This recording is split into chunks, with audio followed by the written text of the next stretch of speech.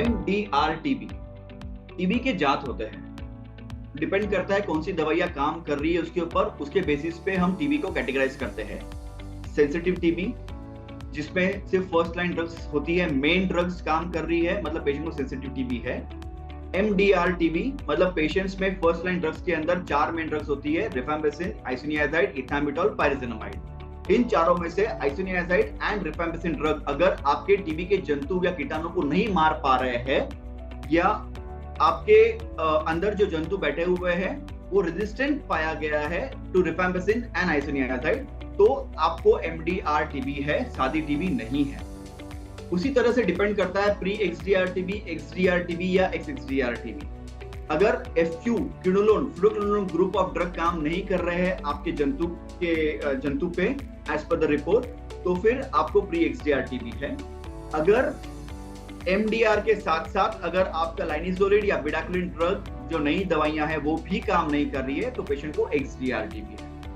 तो इस तरीके से कौन सी दवाइयां काम कर रही है या कौन सी काम नहीं कर रही है, उसके बेसिस पे हम लेबल करते हैं पेशेंट को MDR टीबी। MDR टीबी के अंदर ट्रीटमेंट इलाज जो है 6 महीने का नहीं 18 महीने का चले जाता है, कम से कम 24 महीने का भी हो सकता है, डिपेंडिंग अपॉन द केस। तो और दवाइयां जो है फर्स्ट लाइन ड्रग्स नहीं होती है, उसमें हमें आपको सेकेंड लाइन ड्रग्स देनी पड़ती है, जो कि कम से कम 5 से 6 दवाइयां होती है, जो जाएगी 18 महीने कम से कम। MDR टीबी, मैं कहूंगा पहले कोई भी टीबी नहीं, टीबी फैलती है सिर्फ सांस के जरिए दूसरे को। अगर मुझे MDR टीबी है तो मैं मेरे घर वालों को डायरेक्टली MDR टीबी देने की चांसेस जो होती है मेरी 90 से 95% सीधे MDR टीबी देता हूं मैं।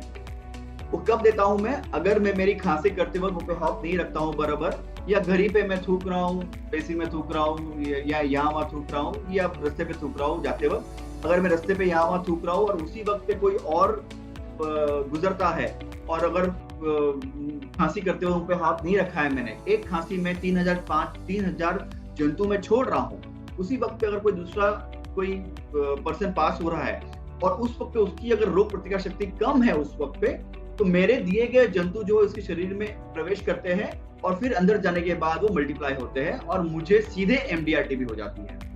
मतलब सांस के जरिए खांसी के जरिए मैंने मेरी टीबी दूसरे पर्सन को दी, उसकी प्रतिकार शक्ति कम थी उस वक्त पे, और उसके अंदर जाने के बाद फिर वो उसके शरीर में मल्टीप्लाई होती है, उसको भी सीधे MDR टीबी हो जाएगी।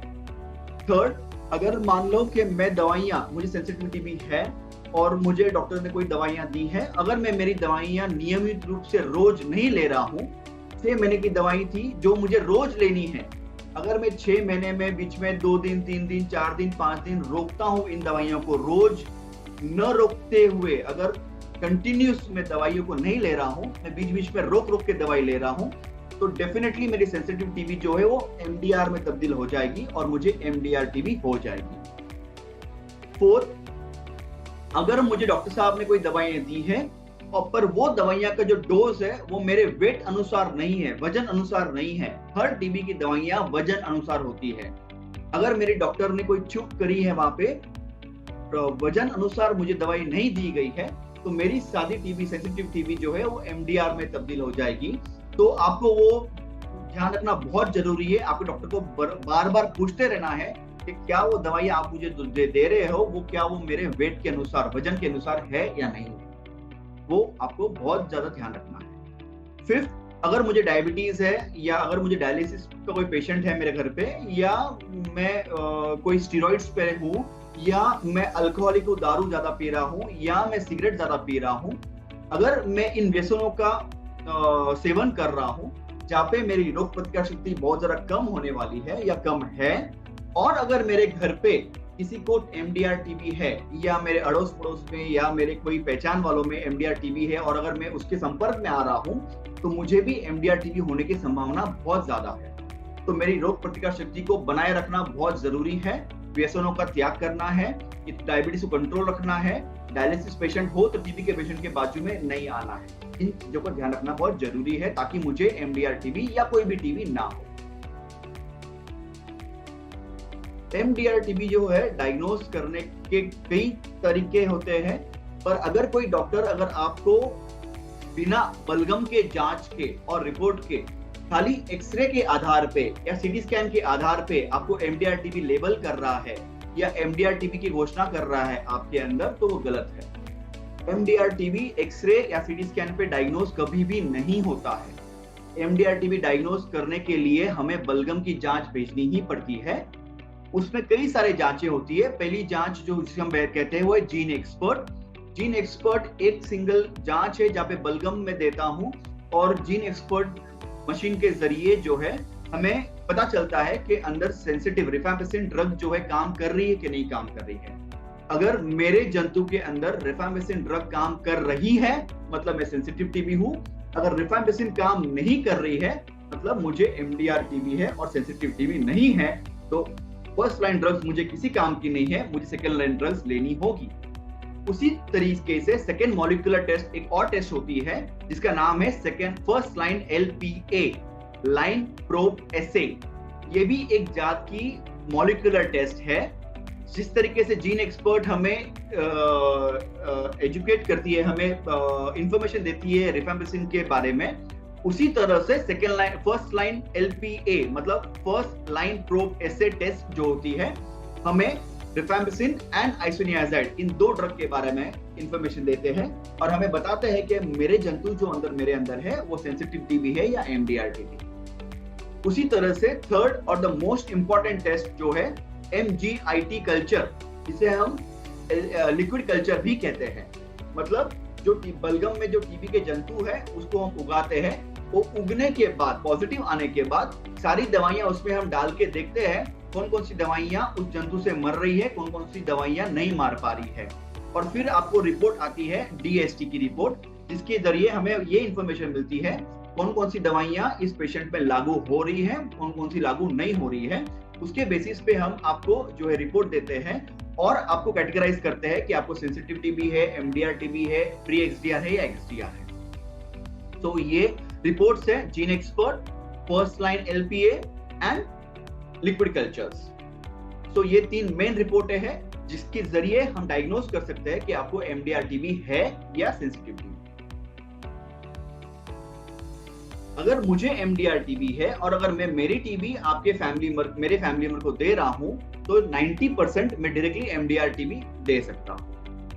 पर देने के लिए सामने वाले पर्सन की इम्यून सिस्टम भी डाउन होनी चाहिए, रोग प्रतिकारक शक्ति भी कम होनी चाहिए। खांसी के जरिए मैं अगर खांसी करते हुए पे हाथ नहीं रख रहा हूं तो एक खांसी में 3000 से 3500 जंतु छोड़ रहा हूं। उसमें से एक भी जंतु अगर मेरे फैमिली मेंबर के अंदर सांस के जरिए अंदर गई है और अगर उसी वक्त उसकी रोग प्रतिकारक शक्ति कम है तो उसके अंदर भी मल्टीप्लाई होती है और वो chances of DRTB directly primary MDR TB होने की संभावना 90% है। बिल्कुल एमडीआर टीबी ट्रीटेबल है। पहले के जमाने में एमडीआर टीबी का ट्रीटमेंट जो होता है खाली 35% क्योर रेट होता था, पर अभी ये क्योर रेट बढ़ के 75 to 95% तक क्योर रेट हो चुका है उसका। अगर आपने दिए गए दवाइयां नियमित रूप से लिए, बिना रोके बिना टोके, और कोई भी तकलीफ अगर होती है तो आपके डॉक्टर साहब को बताना है। उनके बताए गए मार्ग अनुसार अगर आप चल रहे हो, बताए हुए मार्ग पे चल रहे हो, तो एमडीआर टीबी की ठीक होने की संभावना 95 to 95% होती है आज की तारीख में। कई ऐसी नई दवाइयां आ गई है मार्केट में, जैसे बिडाकुलिन है, लाइनिसोलिड है या क्रिप्टोमाइनिड है, इवन डेलामिनेड है। ये सब नई दवाइयां आई है जिससे क्योर रेट बहुत अच्छा बढ़ चुका है। अभी 91 से 95% भी क्योर रेट ऊपर आ चुका है। कृपया करके दवाइयां बीच में ना छोड़े, बीच में बिना छोड़े दवाइयां का सेवन कीजिए। कोई भी तकलीफें होती है आपके डॉक्टर साहब को बताइए ताकि वो आपका उस साइड इफेक्ट का जो भी तकलीफ आपको हो रही है उसका ध्यान रखे। और अगर कोई दवाई को कोई चेंज करने की जरूरत पड़े तो वो डॉक्टर साहब के हाथ में छोड़िए, ना कि खुद आप अपने मन से दवाइयां बंद करिए। अगर आपको एमडीआर टीबी है या अगर कोई भी टीबी हो, खांसी और छींक करते हुए उन पे हाथ रख के खांसी कीजिए, क्योंकि सांस के जरिए ही टीबी दूसरे को फैलती है।